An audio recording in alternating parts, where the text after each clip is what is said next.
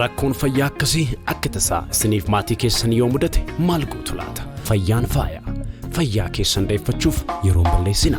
Giddu galeessa bilbilaan tajaajila yaala fayyaatti argatta. 724 Yookoo Dooktar yaadadha. Kana booda dooktaroota muuxannoo fi beekumsa gurguddaa horatan waliin walquunnamaa mana keessan keessatti bilbilaan yaalamaa. Furdina garmalee dhibee tasaa adda addaa waa'ee ulfaa fi gadameessaa dhibee daa'immanii fi waa'ee fayyaa keessanii kamiyyuu bilbilaan dooktara keessan waliin mari'adha. 724 Yookoo Dooktar giddu galeessa tajaajila fayyaa bilbilaan yaalamuu bakka jirtanitti fayyaa ta'a.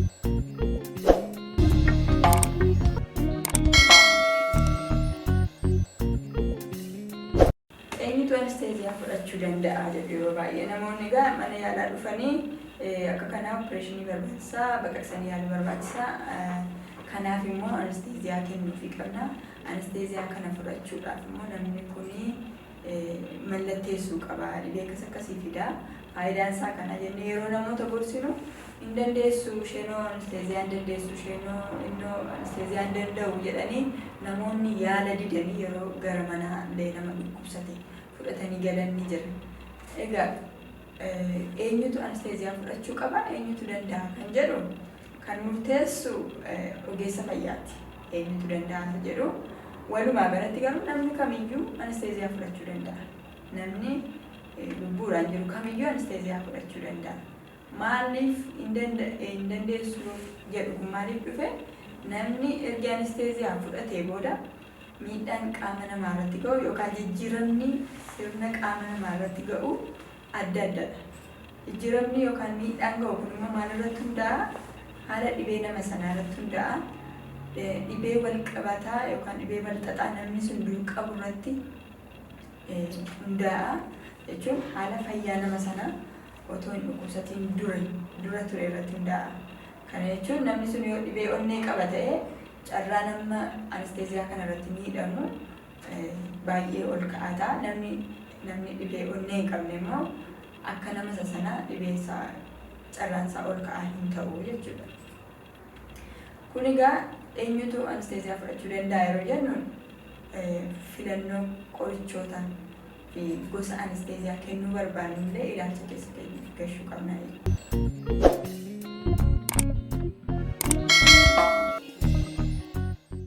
Qophiin dursa Anesthesia godhamu maaltu jira?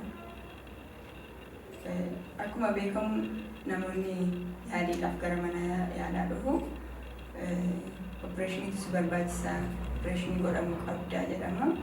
Yeroo kana ergi ogeessi waa'ee baqaqsaa kana irratti hojjetu murteessee waan hojjetuu fi maal takka hojjetamu ergi murteessee booda gara kutaa Anesthesiaatti ergamu. Kutaa Anesthesia kana gaafa dhaqanii qophii dursee godhamuu qabutu nu eeggata jechuudha. Qophiin dursee jiru kun maalidha jettanii Anesthesia tokko fudhatiin dura namni kun dhibee maalii qaba? Fayyaan isaa hammamii? Maaltu hojjetamuuf jedha? Anesthesia isa kamtu immoo yoo fayyadamne irra gaariidha kan jedhu lafatti murteessinu jechuudha.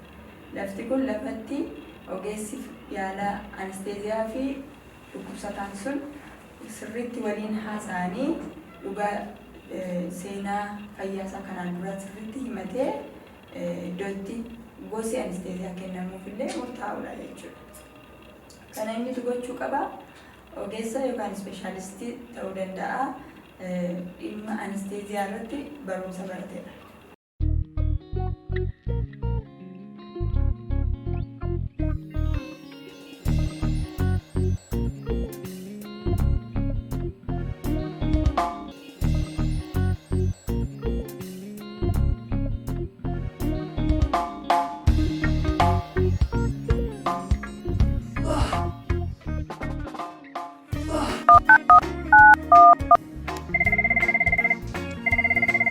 Yookoo Dooktar rakkoon fayyaa akkasii akka tasaa isiniif maatii keessan yoo mudate maal gootu laata? Fayyaan faaya. Fayyaa keessan dheeffachuuf yeroon balleessina. Giddu galeessa bilbilaan tajaajila yaala fayyaatti argatta. 724 Yookoo Dooktar yaadadha. Kana booda dooktaroota muuxannoo fi beekumsa gurguddaa horatan waliin walquunnamaa mana keessan keessatti bilbilaan yaalamaa furdina garmalee dhibee tasaa adda addaa waa'ee ulfaa fi gadameessaa dhibee daa'immanii fi waa'ee fayyaa keessanii kamiyyuu bilbilaan dooktara keessan waliin mari'adhaa 724 Yookoo dooktar giddu galeessa tajaajila fayyaa bilbilaan yaalamuu bakka jirtanitti fayyaa ta'a.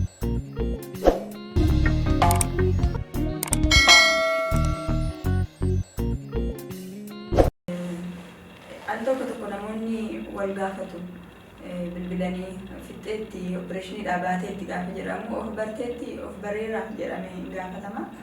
Kun egaa sirriidhuma namoota maatii ta'aniif nama fira kana ta'ee fi waama nama yaaddessuu danda'udha. Ogeessi fayyaa dhimma kana irratti hojjetu ga'umsa qabu ergi ilaalee dammaqxeetti yookaan of barteetti of bareeraa dammaqeera jedhee kan kutaa kan biraatti dabarsu kutaa opereeshinii keessaa baasee kan kutaa kan biraatti dabarsu. Kanaaf kutaa kan biraatti yookaan bakka firri jiru bakka namni nama kanaaf gargaarsa godhu bakka maatiin jirutti fidaniiru taanaan of barteetti yookaan of bareeraa jechuudha.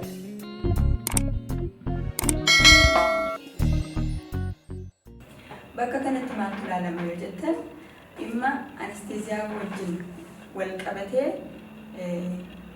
qorannoo adda addaatu taasifama. Sirna haala gaaffiif deebiitiin fayyaa nama sanaa kan dura ture kan ammaa kana dura anesteeziyaa fudhatee beekamoo fudhatee hin beeku kana dura opereeshinii ta'ee beekamoo ta'ee hin beeku kana dura dhibeen addaa maatii sana keessa jiru maalodha. Namni kun balaan mudatee beekamoo hin beeku wanta jedhu haala gaaffiif deebiitiin lafatti ogeessa kana wajjin taasifamudha. Achi booda qorannoon dhiigaa dabalataan wanta amma maatiin jirre jiraate dabalataan ergaman jiru. Raajiiwwan adda addaa altiraasaawundiin adda addaa yookaan qorannoon onnee bifa ECG yookaan waan akka fakkiitiin jiru bifa altiraasaawundiitiin immoo Yookoo wanti jedhamu jira. Lafatti wantoonni akkasii ajajaman jechuudha. Amma CT scaanii MRI ajajuutti geessisuu danda'a jechuudha. Kanaaf lafa qorannoo anesteeziyaatti godhamu kanatti qopheen gahaan hin godhamne taanaan namni dhaqee anesteeziyaa kana fudhatu dhimma kamiif haa ta'u yoo balaan irra ga'e booda gaaffii dhufa waan ta'eef kana beektanii namoonni yeroo waan akkasii sanarra ga'u sirriitti ergi wanta isin hojjetamu bartanii booda ogeessa anesteeziyaa yoo dhufee na gaafate jettanii kana baruu danda'u isinirra jira gaafachuu danda'u isinirra jira jechuudha. Galatama.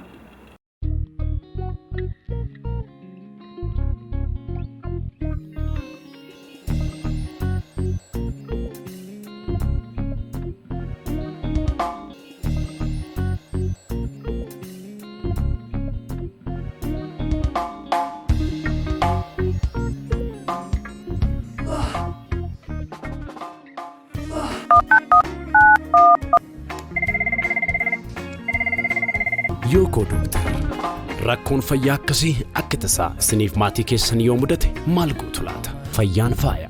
Fayyaa keessan dheeffachuuf yeroo balleessina. Giddu galeessa bilbilaan tajaajila yaala fayyaatti argatta. 724 Yookoo dooktar yaadadhaa. Kana booda dooktaroota muuxannoo fi beekumsa gurguddaa horatan waliin walquunnamaa mana keessan keessatti bilbilaan yaalamaa furdina garmalee dhibee tasaa adda addaa waa'ee ulfaa fi gadameessaa dhibee daa'immanii fi waa'ee fayyaa keessanii kamiyyuu bilbilaan dooktara keessan waliin mari'adhaa. 724 Yookoo dooktar giddu galeessa tajaajila fayyaa bilbilaan yaalamuu bakka jirtanitti fayyaa ta'a.